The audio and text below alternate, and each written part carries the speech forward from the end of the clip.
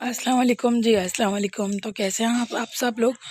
उम्मीद है सब खैरियत से होंगे। मैं भी आप लोगों की दुआओं से बिल्कुल ठीक हूँ। तो क्या चल रहा है ज़िंदगी में, प्लीज़ कमेंट करके बताइएगा। आज मैं बच्चों की वार्डरोब सही कर रही थी, तो मैंने सोचा चले मैं आपको भी दे दूँ, उसका आइडिया पता चल जाएगा। जैसे इस तरह मैं कपड़े रखती हूँ, आप लोगों का तरीका अलग होगा, लेकिन मैं ऐसे रखती हूँ। मेरे दोनों बच्चों के ना वो मैं एक साथ रख देती हूँ कपड़े। बाकी ना जो साइड में, एक साइड पे मैं ना बच्चों की ना ट्राउज़र रखती हूँ, एक साइड पे मैं बच्चों की शर्ट रखती हूँ जो अलग से होती है ना, सेपरेट। बाकी सूट एक साथ रखती हूँ। बाकी ये जो है ना हैंगिंग वाले कपड़े हैं, हैंगिंग वाले सेक्शन में मैं एक मैं अपने हस्बैंड के मेरे रखती हूँ और एक मैं बच्चों के रखती हूँ, तीनों के ना एक साथ। जो नए कपड़े होते हैं ना बिल्कुल, वो कपड़े रखती हूँ मैं। तो साइड में बच्चों के नए शूज़ रख देती हूँ मैं, जो भी इनके ना आने जाने के या कहीं जैसे पहनने के होते हैं, तो वो मैं शूज़ यहाँ रखती हूँ बच्चों के ना, और डब्बे के साथ रखती हूँ ताकि जो है ना जल्दी ख़राब ना हो।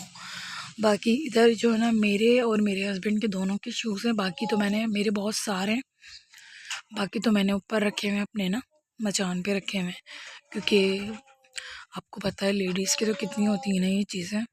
मेरी ज़्यादातर ना शादी की हैं ये सब चीज़ें ना, बाकी मैं भी लेकर आती रहती हूँ। तो फिर मैंने ये अलमारी में इनकी जगह बना ली, क्योंकि आपको पता है रेंटेड हाउस में ना कोई ज़्यादा स्पेस तो होता नहीं है, तो इंसान को हर चीज़ जो है ना बड़ी मुश्किल से करके रखनी पड़ती है। इतना ज़्यादा एक तो अलमारी भी नहीं है, जैसे होता है ना कि एक के साथ दूसरी अलमारी बंदा रख ले, कोई कैबिनेट कुछ ले ले, जगह ही नहीं होती है। बाकी मेरा खाना तो मैं इस तरह से रखती हूँ, एक साइड पे अपने दुपट्टे रखती हूँ, एक साइड पे अपने सारे ड्रेसेस रखती हूँ जो मेरे डेली वेयर में पहनने के होते हैं। और ये हस्बैंड का सेक्शन है जहाँ पे मैं जो हैंगिंग नहीं करती ना कपड़े, आयरन नहीं हुए वो, तो उन सबको कपड़ों को मैं यहाँ रख देती हूँ। एक साइड पे पैंट शर्ट रखती हूँ, एक साइड पे जो है ना मैं सूट रखती हूँ उनके पूरे ना। बाकी उसके साथ सबसे लास्ट वाले खाने में मैं जो है ना बेडशीटें रखती हूँ अपनी, और सबसे ऊपर टॉप पे मैं जो है ना अपने पर्स रखती हूँ। और बाकी उसके अलावा जो है ना ये मेरे ड्रेसेस हैं मेरे हैं, और बच्चों की जैकेट्स वगैरह हैंगिंग हुई हुई हैं। और इसके नीचे जो स्पेस है इसमें मैंने बच्चों के अपने डेली वेयर के कपड़े रखे हैं। अब यकीन करें बड़ा मुश्किल होता है बच्चों के कपड़े एक ही अलमारी में एडजस्टमेंट करना, बट करना पड़ता है, क्योंकि इस वजह से कि स्पेस नहीं है। कुछ ना कुछ बंदा ले लेता है, जैसे ना अलमारी ले लेता है, लेकिन रेंटेड हाउस के अंदर आपको पता है कि नहीं ले पाता इंसान ना, स्पेस ही नहीं होता। मैं अम्मी के घर पे गई थी तो अम्मी ने ना सालन बनाया हुआ था कोफ्तों का ना, बहुत मज़े का और बहुत अच्छा बनाया हुआ था। मेरी अम्मी बहुत अच्छे खाने बनाती हैं। तो फिर उसके बाद अम्मी ने ना साग बनाने लग गई थी, क्योंकि मुझे बहुत पसंद है। तो फिर अम्मी ने साग बना लिया था ना, तो साग कटिंग कर रही थी, तो मैं भी अम्मी के साथ करवा रही थी ना, हम लोग करवा रहे थे, मैं, मेरी छोटी सिस्टर, हम लोग। तो फिर ना बना बना के दे रहे थे अम्मी को, फिर अम्मी कट कर रही थी। तो बहुत अच्छा लगता है इस तरह से ना कि माएँ ना इस तरह से बैठी हुई हों हमारे सामने। बाकी आप लोगों को में से किस किस को अपना साग पसंद है प्लीज़ मुझे बताइएगा। और मुझे तो खैर बहुत पसंद है साग, जब भी आता है तो मुझे बहुत अच्छा लगता है, मैं ज़रूर बनवाती हूँ अपनी अम्मी से ना। फिर हम लोगों ने ना बैठे हुए थे, तो आपको पता है सर्दी में इन चीज़ों की बहुत क्रेविंग होती है। सर्दी में ना इन चीज़ों की बहुत ज़्यादा क्रेविंग होती है, दिल करता है कि ना कुछ मकसद होना चाहिए। तो फिर हम ऐसे बैठे हुए थे, तो हम लोगों ने फिर ब्रोस्ट मंगवा लिए थे।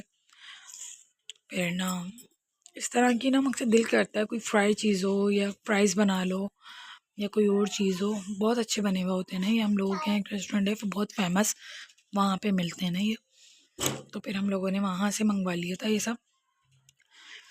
और मुझे जब भी अच्छा लगता है तो मैं यहीं से मंगवाती हूँ, मैं कहीं और का इसलिए नहीं मंगवाती, पता नहीं क्यों। आजकल आपको पता है हाइजीनिक काम नहीं कर रहा हर कोई ना, पता नहीं किस तरह से कर रहे होते हैं। ये रेस्टोरेंट बहुत अच्छा है हम लोगों के यहाँ, लतीफ़ाबाद में ही है। और ना ये बाकी मैं ये ना दाल पालक बना रही थी, मेरा बहुत ज़्यादा दिल कर रहा था ना दाल पालक खाने का। मेरे हस्बैंड तो खाते ही नहीं हैं, तो मैंने कहा चलें मैं खा लूँगी और अम्मी मेरी आएंगी तो अम्मी खा लेंगी, तो इसलिए मैंने बना लिया था फिर दाल पालक। और ना तो बहुत कोई इजी रेसिपी थी ये दाल पालक की, तो मैंने सोचा, मैंने समझ लें जब से मेरी शादी हुई शायद मैंने फर्स्ट टाइम ही बनाया होगा।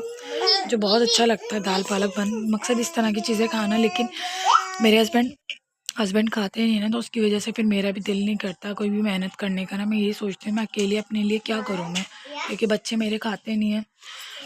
तो फिर इस वजह से मैं नहीं बनाती। ज़्यादातर चीज़ें ना मेरी इसी वजह से पेंडिंग रह जाती हैं, लेकिन अब मैं करने लग गई हूँ, क्योंकि अगर वो नहीं खाएंगे तो मैं सोचती हूँ चलो मैं खुद ही खा लूँगी ना।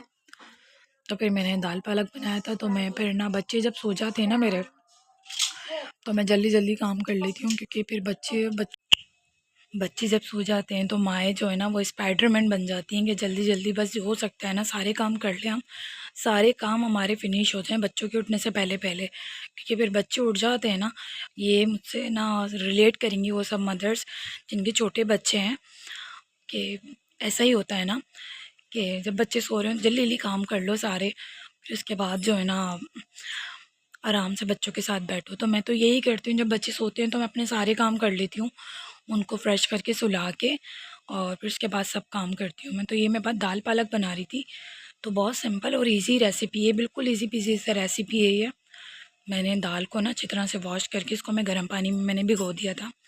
जब तक दाल थोड़ी सी नमक से भीग गई थी, जब तक मैंने इसके अंदर ना पानी बॉयल डाला ऐड किया था। मैं आपको बताती हूँ पहले से ही, आपको पता है अगर आप लोग मुझे वॉच करते हैं शुरू से, कि मैं पानी हर चीज़ में बॉयल ऐड करती हूँ, जिससे ना कुकिंग का प्रोसेस जल्दी हो जाता है। तो फिर मैंने इसके अंदर ना बॉयल पानी में मैंने दाल ऐड कर दी, और येलो वाली जो दाल होती है ना मूंग की दाल, वो वाली ऐड की है मैंने। इसके साथ पालक ऐड किया है, पालक आप अपनी हिसाब से ले सकते हैं। उसके साथ मैंने इसके अंदर ना हल्दी और थोड़ी सी पिसी हुई मिर्चें और 2-3 मैंने हरी मिर्चें ऐड की हैं, थोड़ा सा अदरक लहसुन।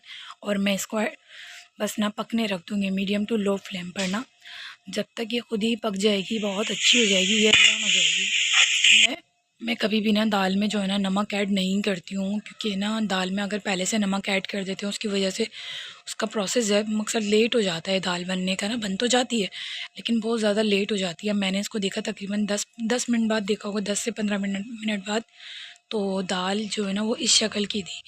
तो मैं थोड़ा सा ना ये हैंड ब्लेंडर से जो है ना इलेक्ट्रिक बीटर है, इससे मैं ना थोड़ा सा मकसद मैश कर देती हूँ। मैं आपको दिखा रही थी, बहुत अच्छा वर्क करता है ये मेरी शादी का ही है, और जहेज़ में अम्मी ने दिया था मेरी ना ये। तो बहुत अच्छी क्वालिटी का और बहुत अच्छा है। अब तो खैर पता नहीं ये मॉडल आ रहे हैं यहाँ पर, पता नहीं आ रहे, तकरीबन 5 साल पुराना है ये ना। तो बहुत ज़्यादा अच्छा है। इसको कोई समझ लें 1 से 2 सेकंड बस चलाओ उसको, और ये बिल्कुल से सारी हर चीज़ मैश हो जाती है। तो मैं दाल जब भी बनाती हूँ ना, तो मुझे ना गुटी गुटी दाल अच्छी लगती है, ऐसी अच्छी नहीं लगती कि दाल अलग हो रहा हो पानी अलग।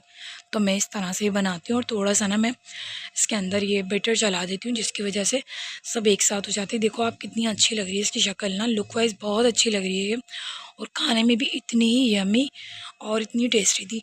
अब जब मैंने देखा दाल का पूरा प्रोसेस हो गया, तो मैंने इसके बाद मैंने इसमें नमक ऐड किया है, और मैं नमक और चिकन पाउडर मैं ऐड करती हूँ, जिससे इसका फ्लेवर बहुत अच्छा हो जाता है। नमक तो देखें हर कोई ऐड करता है, लेकिन चिकन पाउडर आप दाल हो कोई भी एक्सवाइजेड चीज़ हो आप उसमें ऐड करेंगे तो उससे फ्लेवर बहुत अच्छा आता है। तो मैं दाल में तो मैं लाज़मी ऐड करती हूँ ना चिकन पाउडर, थोड़ा सा ऐड कर दें, तकरीबन हाफ़ टी स्पून से भी कम मैंने ऐड किया था।